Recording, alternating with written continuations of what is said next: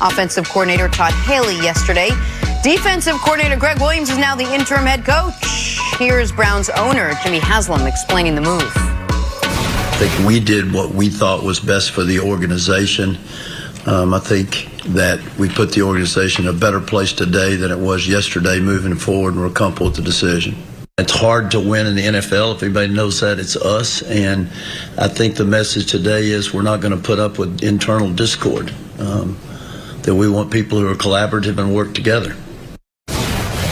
All right, see, I mean, we talked this week that it would probably be after the Chiefs game that we would see some movement within the coaching hierarchy in Cleveland. But were you surprised that they fired both Hugh Jackson and Todd Haley when they did? I was definitely surprised they fired both. I thought that Todd, especially in a chance to try to resurrect his career after a not the best dismissal from Pittsburgh, with his relationship with Ben Roethlisberger and some of the other players there and some issues that he had off the field, I thought that Cleveland with Baker Mayfield would be a great spot for him. Obviously, and you could see through Hard Knocks, you have to be careful when you watch some of these things that there was going to be a power struggle. I could see in the tape between Todd and what he coaches and how he tries to coach and go after it, being a disciple of Bill Parcells, I could see there was a conflict there with Hugh, and ultimately it trickled down into the team, so they had to move in a different direction.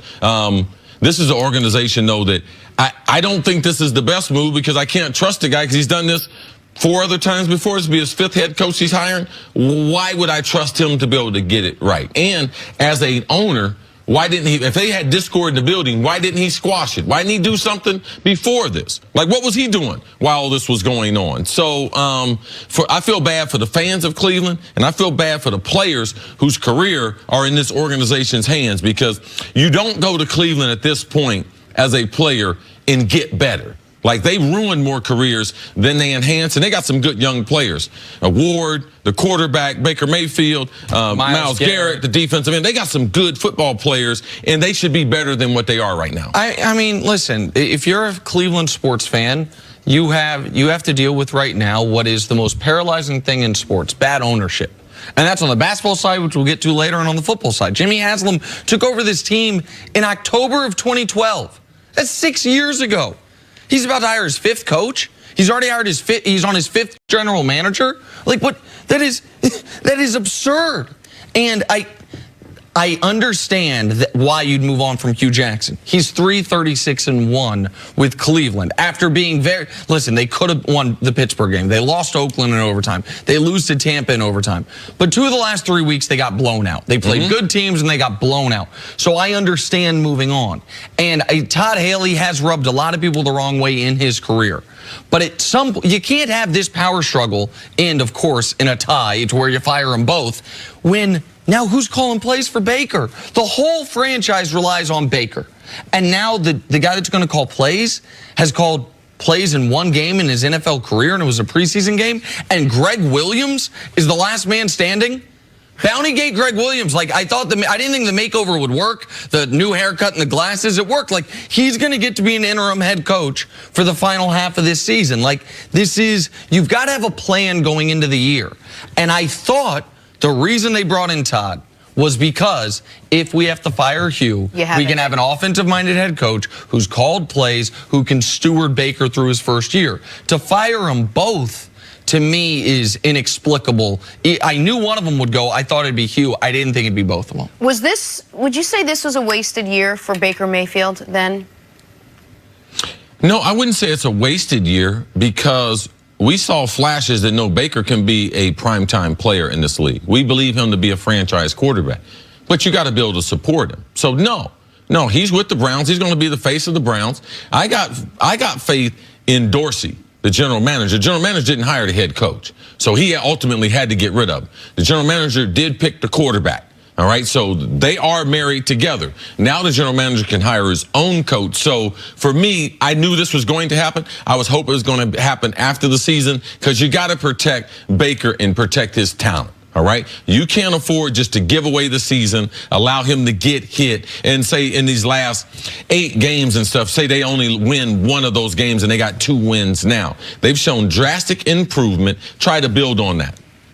So listen, there's going to be a very wide, big, net thrown out there to see who's going to come in, and to be able to work with Baker and to be able to work within this organization and to work with this owner. Who's out there that you like? Well, listen, the guy that everyone on television today is going to mention is Baker's coach from college, Lincoln Riley, a guy that Coach Baker, that is the hot young coaching candidate.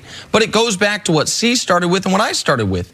If you are a hot candidate, if you're him, if you're David Shaw, if you're Eric Bieniemy in Kansas City, do you want to go work for Jimmy Haslam?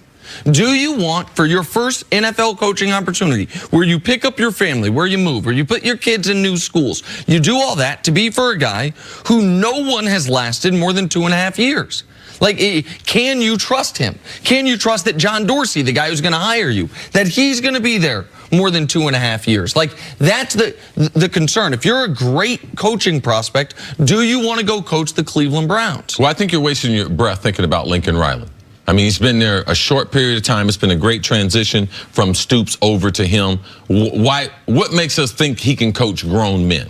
All right? Nothing. He hasn't done anything to make us think he can coach grown men. So I would move him off the list. I would look at guys who have established themselves, guys like Chuck Pagano, who's available, Jim Caldwell, who's available, young, bright minds, Eric Bieniemy in Kansas City, offensive coordinators doing a great job there, John DeFilippo there in Minnesota, who also did the work with Carson Wentz. Those are guys who I would start to be looking at, and potentially Josh McDaniel in New England, because eventually I believe he will leave New England if the package is right for him. Do you think, even if you're not on the Lincoln Riley side of it, whomever the Browns target, do you think if they have any other NFL offer, they would take the Browns? Is Baker enough of an allure to overcome what is the ownership question? I think the opportunity, what they have there defensively, they got some good pieces as far as the players there, and you're really banking on Dorsey.